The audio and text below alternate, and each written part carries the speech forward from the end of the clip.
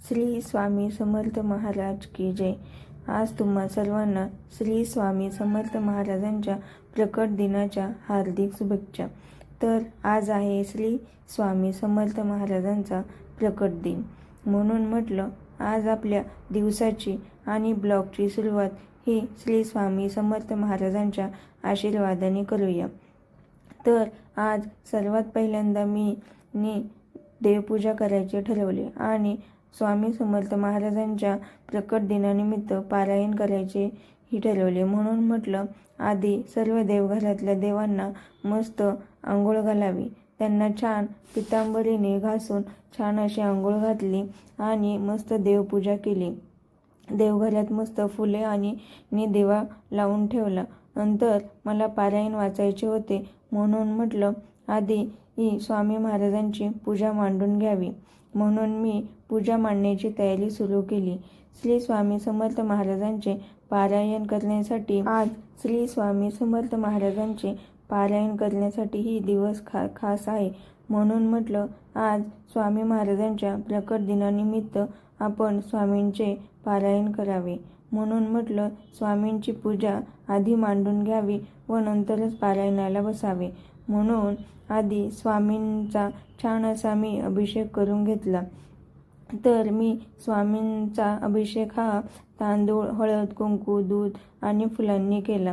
तर स्वामी महाराजांचा अभिषेक हा रोज देवपूजा करताना होत नाही आणि टाईमही भेटत नाही. म्हणून म्हटलं आज स्वामींचा प्रकट दिन आहे, तर स्वामींचा अभिषेक हा केलाच पाहिजे. म्हणून म्हटलं छान दूध, दही आणि तांदळांनी स्वामींचा अभिषेक करून घ्यावा. स्वामींचा अभिषेक केला आणि स्वामींना मस्त पाटावरती आसनस्थ केले आणि नंतर पारायण वाचायला सुरुवात केली. श्री स्वामी महाराजांचे पारायण वाचले की मन अगदी शांत होते. स्वामी महाराजांचा आशीर्वाद हा माझ्या घरावरती आणि तुम्हा सर्वांच्या घरावरती राहो हीच इच्छा. आज 2 दिवस झाले मुलांना शाळेला सुट्टी आहे. काल गुढीपाडवा होता आणि आज गुढीपाडव्याच्या दुसऱ्या दिवशी आमच्या इकडे यात्रा असते, म्हणून मुलांना शाळेला सुट्टी आहे. तर मुलं फोन आणि TV सोडतच नाही. तोपर्यंत आमच्या शेजारच्या मावशींनी टेरेसवरती सांडगे करायला घेतले होते. म्हणून म्हटलं थोडं मावशींना जाऊन मदत करावी आणि त्यांना सांडगे घालण्यासाठी थोडा हातभार लागेल. मावशींचे सांडगे करून झाले आणि खाली येऊन पाहते तर आमच्या भाऊसाहेबांनी मी ब्लॉग शूट करण्यासाठी घेतलेल्या मोबाईल स्टँडचा चकनाचूर केलेला होता. म्हटलं कधी नवस मी ब्लॉग स्टार्ट करायला घेतला आणि आमच्या भाऊसाहेबांनी त्याचे 2-3 तुकडे करून ठेवले. आमच्या भाऊसाहेबांनी मोबाईलचे स्टँड इकडून तिकडून वाकडे तिकडे मोडून टाकलं आणि आता कराटेला जाण्याची तयारी करू लागला. आमच्या भाऊसाहेबांना मी खूप दिवसापासून कराटे क्लास लावलेला आहे. त्याला कराटे क्लास आवडतो आणि कराटे क्लासला जाण्यासाठी त्याची तर एकदम घाईच असते.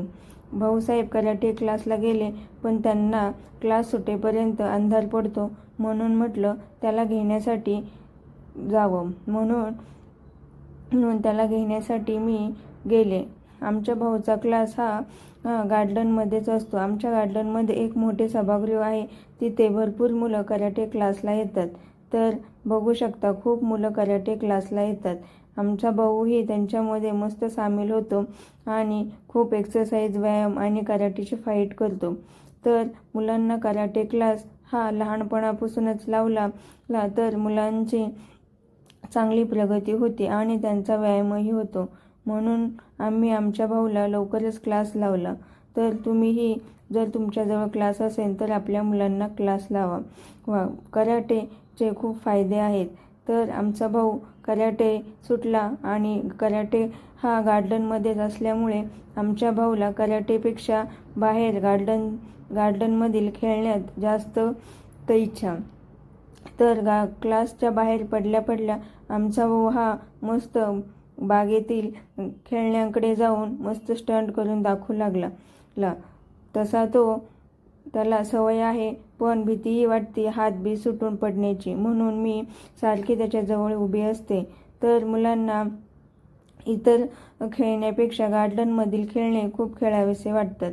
तर आमच्या गार्डनमध्ये खूप सारे मुलांना आणि मोठ्याही व्यक्तींना खेळण्यासाठी खूप खेळणे आहेत. तर मुलांना थोडं तरी खेळायला दिलं पाहिजे. सारखं सारखं घरात बसलं की मुलंही कंटाळतात.